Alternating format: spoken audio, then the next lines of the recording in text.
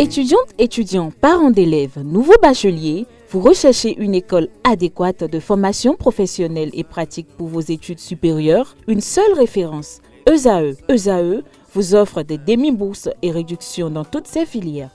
Waouh!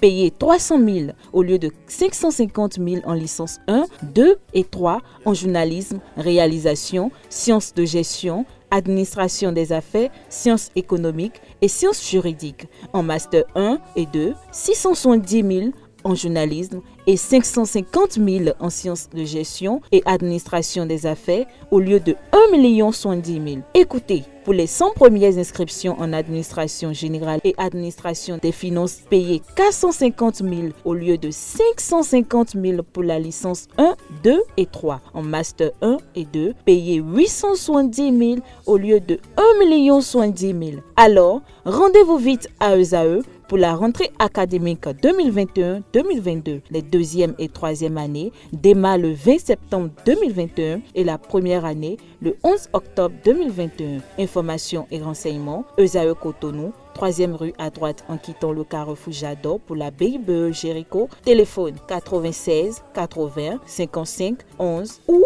98 98 14 00 ou encore 90 93 65 21.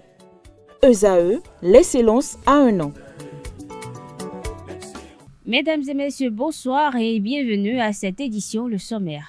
Le chef de l'État Patrice Talon est attendu par les députés de la 8e législature le mercredi 29 décembre prochain. C'est pour son discours sur l'état de la nation.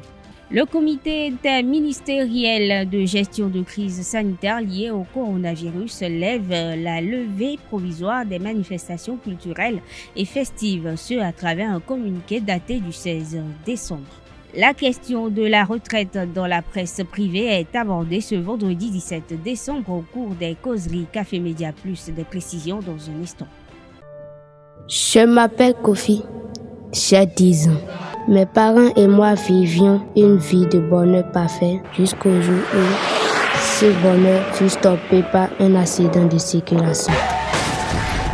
La mort emporta ma tendre et aimable mère. Mon destin changea. Aujourd'hui, mon père qui était pour moi une source de bonheur m'est devenu un fardeau lourd à porter. Chaque regard qu'il pose sur moi me fait pleurer intérieurement. Chers parents, par amour pour vos enfants, préservez notre avenir en évitant l'excès de vitesse. Ceci est un message du Centre national de sécurité routière et de handicap international humanité et inclusion avec le soutien de la Direction générale de la coopération belge au développement.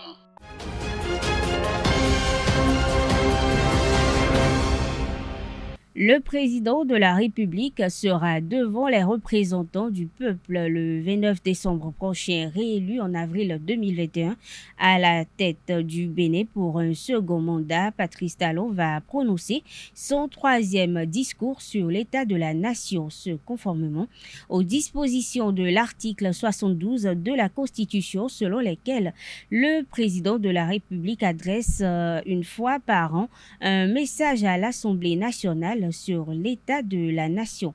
Il peut aussi à tout moment adresser des messages à l'Assemblée nationale. Il faut noter que ces messages ne donneront lieu à aucun débat. Nommé en qualité d'ambassadeur extraordinaire et plénipotentiaire du Bénin près d'Arabie Saoudite, le député Adam Bagoudou a démissionné du Parlement. Sa lettre a été officiellement lue à la représentation nationale en séance plénière ce jeudi 16 décembre 2021. Avec cette démission, Adam Bagoudou quitte également la Haute Cour de justice. Le président Louis Vlavonou a donc saisi la commission des lois sur son remplacement. Le président de l'Association nationale des communes du Bénin, ANCB, a procédé ce vendredi 17 décembre 2021 à l'ouverture de l'atelier bilan du programme de renforcement des capacités des autorités communales pour la prise en compte du genre dans la planification locale.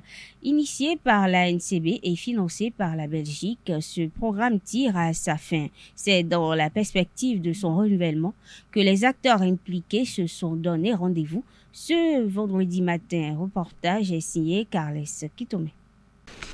Je déclare ouvert ce vendredi 17 décembre 2021 l'atelier bilan des 5 années de partenariat entre l'ANCB et la VBSG d'une part, le bilan des partenariats communaux d'autre part. C'est sur ces mots que le président de l'Association nationale des communes du Bénin, le maire Luc Atropo, a lancé les travaux de l'atelier bilan du programme de renforcement des capacités des autorités communales pour la prise en charge du genre dans les planifications locales. Les bénéficiaires s'en réjouissent. Plusieurs rencontres du réseau des femmes élues conseillères REFEC ont été financées sur les ressources de ce programme, à savoir Assemblée générale, réunion annuelle du bureau, rencontre de renforcement des capacités des membres, pour ne citer que celle-là. Nous avons nos bureaux au siège de l'Association nationale des communes du Bénin et nous disposons de plusieurs outils de management et tout cela, c'est à l'actif du président de l'Association des communes. C'est donc à juste titre que je prends la parole ce matin pour souhaiter la bienvenue à tous les participants et à toutes les participantes et pour exprimer toute ma gratitude. Le partenaire financier de ce programme réaffirme son engagement à renouveler l'initiative. Le genre y est une thématique transversale et je peux vous assurer que cette thématique transversale continuera à imprégner les programmes futurs de la coopération belge. C'est le cas de la coopération décentralisée entre l'Association nationale des communes du Bénin et l'Association des villes et communes flamandes de Belgique. Les deux associations accompagnent en effet depuis 2017 12 communes béninoises dans la prise en compte du genre dans les planifications locales. Les appuis de ce partenariat tournent autour du renforcement des capacités, la mise à disposition d'outils modernes de suivi et l'élaboration de documents de planification. Le projet de renforcement de capacité des autorités locales en vue de la prise en compte du genre dans les planifications communales. Cet atelier bilan est l'annonciateur d'une nouvelle phase de cette initiative qui impliquera dans la mesure du possible davantage d'acteurs. La mesure de suspension de manifestations culturelles et festives prise le 25 août 2021 est provisoirement levée. Telle est la décision prise par le comité interministériel de gestion de la crise sanitaire qui estime qu'il y a diminution du nombre de nouveaux cas Covid et une amélioration de la couverture vaccinale. La mesure a certes été provisoirement levée, mais ce n'est pas sans condition. Le communiqué conjoint des ministères concernés indique que les manifestations culturelles et festives peuvent reprendre dans le respect strict des gestes barrières, notamment l'exigence d'un pass vaccinal ou d'un test PCR de moins de 48 heures. La tenue des dites manifestations doit être aussi subordonnée aux autorisations du ministère de la Santé. Pour rappel, le dernier bilan publié sur le site du gouvernement indique que le nombre de doses de vaccins administrées est estimé à plus d'1 million. Autre actualité dans cette édition, la question de la prévention de retraite dans la presse privée au Bénin a été abordée ce vendredi 17 décembre 2021. Invité à la causerie Café Média Plus ce vendredi matin, Marius Koguet, secrétaire général du syndicat national de la presse indépendante du Bénin, expose le problème de la rémunération dans le secteur de la presse privée. Il est au micro de Quentin Amoussou et Francis Farami. La presse privée du Bénin, dans le monde des entreprises, est un secteur atypique. Un secteur atypique où les employeurs n'ont pas le même comportement que les employés des autres secteurs. Qu'est-ce que cela veut dire? L'employeur pense à payer régulièrement le salaire aux employés, pense à leur assurer une sécurité sociale, pense à leur retraite. Mais dans la presse privée du Bénin, tel n'est pas le cas.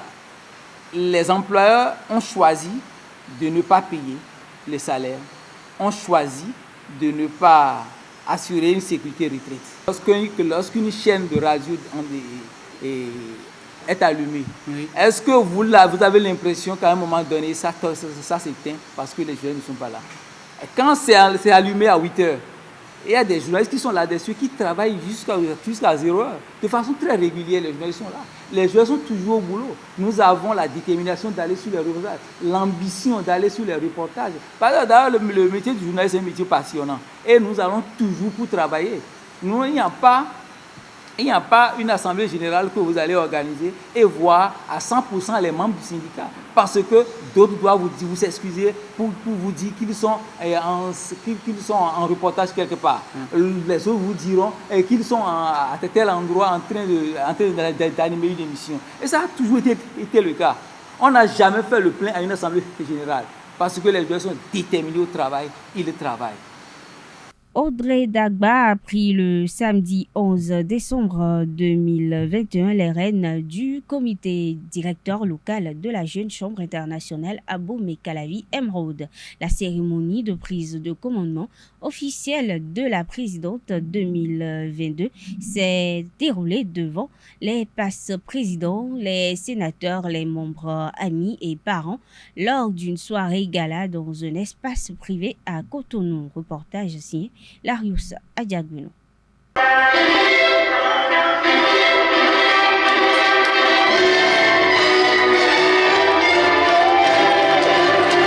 Par cette solennité, Audrey Dagba reçoit les attributs de présidente 2022 de la Jeune Chambre internationale Abomey-Calavi Emeraude. Elle succède à Antoine Leledji qui a, au cours de son mandat, insufflé une dynamique à l'organisation grâce à une synergie d'action avec son comité directeur local. Le sentiment qui m'anime aujourd'hui, c'est un sentiment de fierté. Fierté de ce que nous avons accompli en peu de temps. Sur tant de chantiers décisifs pour l'avenir de notre belle organisation.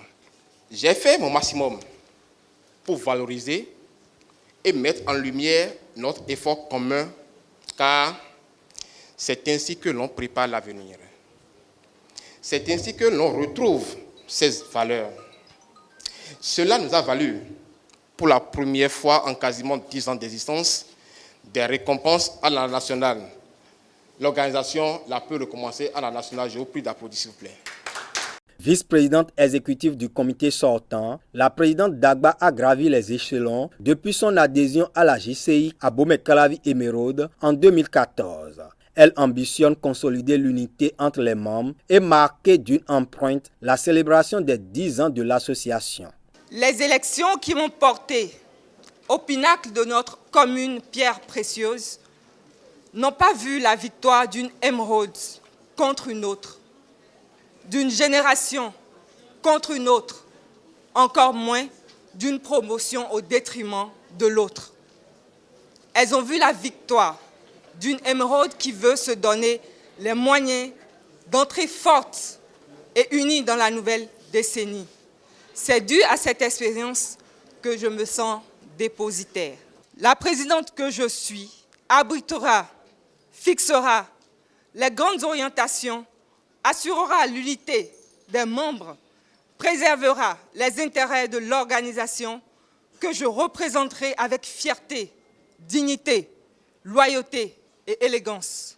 Créée en 2012, la JCI Abomey-Calavi Emeraude reçoit les félicitations du Bureau national pour sa contribution à la concrétisation de la vision de l'organisation citoyenne. La présidente Dagba est invitée à maintenir le cap en vue de la réussite de son mandat. Le président national m'envoie toujours dire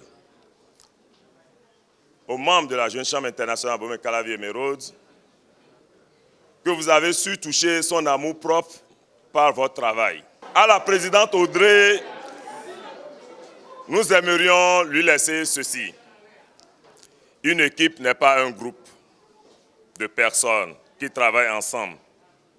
Une équipe est un groupe de personnes qui se font confiance. Cite Simon Sinek. Ceci dit, tu auras l'insigne honneur de diriger des personnes. De par ton écoute, ton humilité, tu auras atteint des objectifs et la mission et la vision que tu te serais tracée. J'en profite pour saluer la vice-présidente de la Jeune Chambre à Pointe-Calavi et pour saluer aussi l'immédiate vice-présidente, cher ami Antoine, qui a impacté notre Jeune Chambre. Et j'en profite pour souhaiter la sagesse de Salmon à notre chère présidente Audrey. Promotion au rang d'ambassadeur et remise de distinction aux artisans du succès du mandat du président 2021. La cérémonie de passation de charge s'est déroulée autour d'une agape festive ponctuée de prestations artistiques.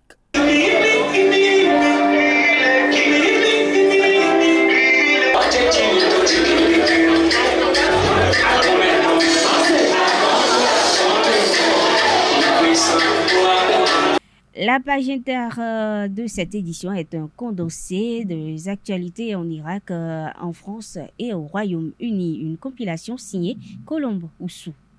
En Irak, 8 personnes ont péri tôt ce vendredi dans des inondations provoquées par des pluies torrentielles ayant frappé la banlieue d'Erbil au Kurdistan, dans le nord de l'Irak, a indiqué à l'AFP le gouverneur de la province, Omid Koshnau. Les inondations ont commencé à 4 heures et fait 8 morts, parmi lesquels des femmes et des enfants, essentiellement dans des quartiers populaires situés à l'est de la ville d'Erbil, a précisé le responsable faisant état d'importants dégâts matériels. En France, le comité français d'éthique a approuvé la vaccination anti-Covid à tous les enfants de 5 à 11 ans, mais a insisté sur le fait de laisser le choix aux parents en incluant d'imposer un pass sanitaire aux enfants. Il est important de vacciner les enfants et que cette vaccination soit bien suivie, a déclaré lors d'une conférence de presse l'obstétricienne Alessandra Benachi, membre du CCNE, en présentant cet avis rendu hier jeudi au gouvernement qui s'était engagé à le suivre. Au Royaume-Uni, le parti conservateur de Boris Johnson a perdu l'un de ses bastions dans le centre de l'Angleterre lors d'une élection législative partielle. Selon les résultats officiels communiqués ce vendredi, un sévère pamphlet pour le Premier ministre britannique déjà affaibli. Selon les résultats officiels, la candidate du Parti libéral-démocrate,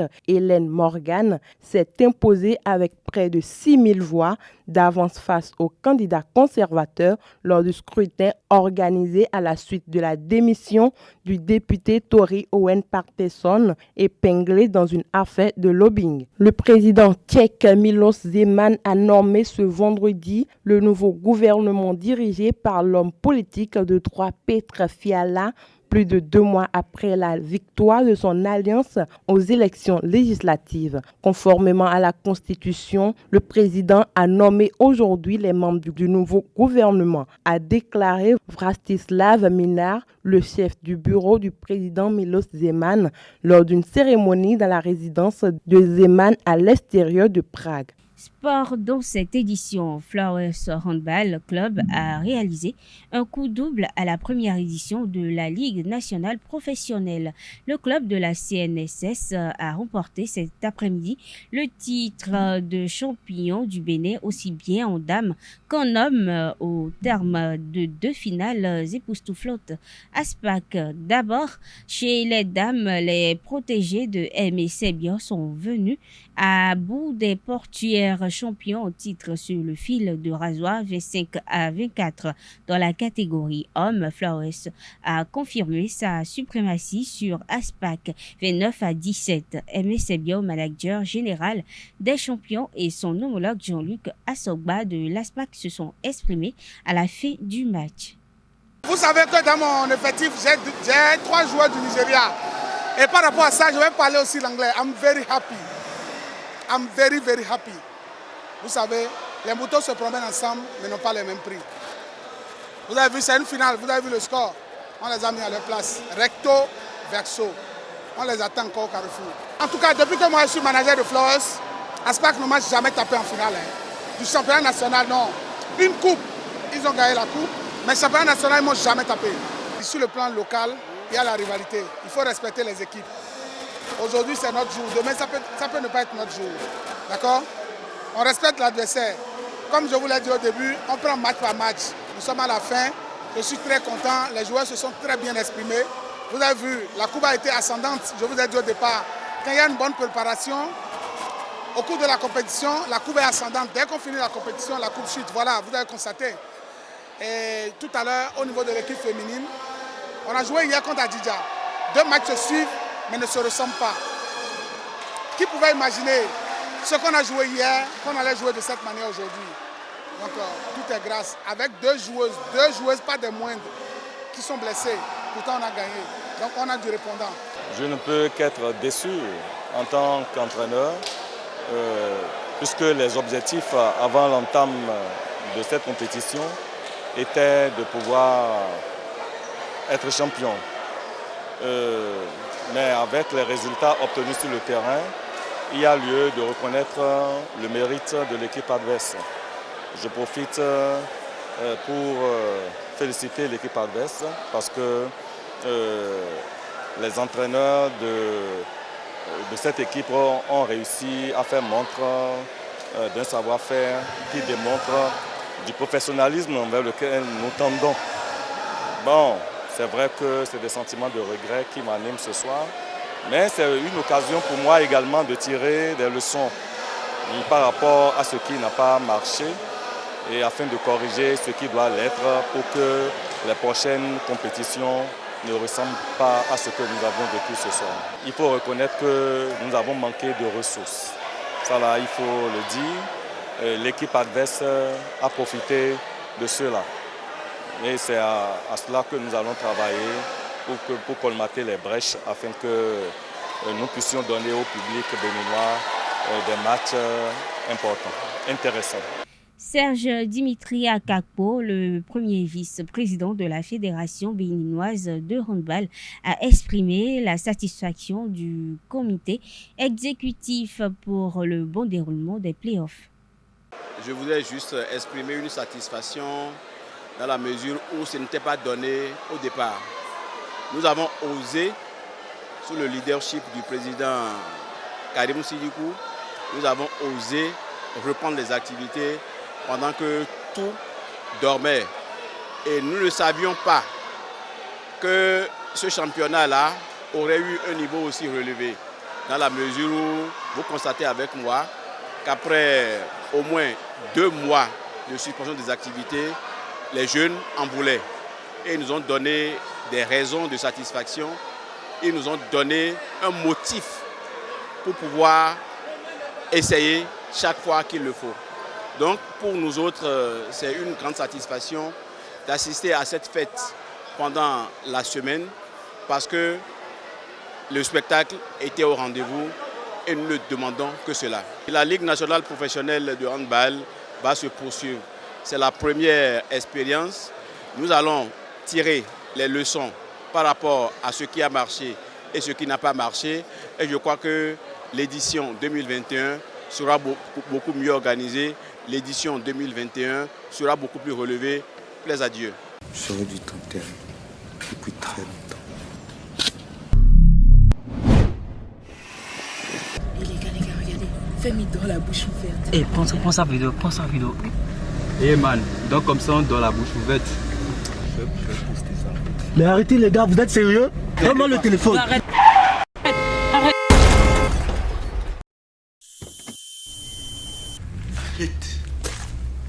Arrête, s'il faut. Cette fois-ci, je t'enterre.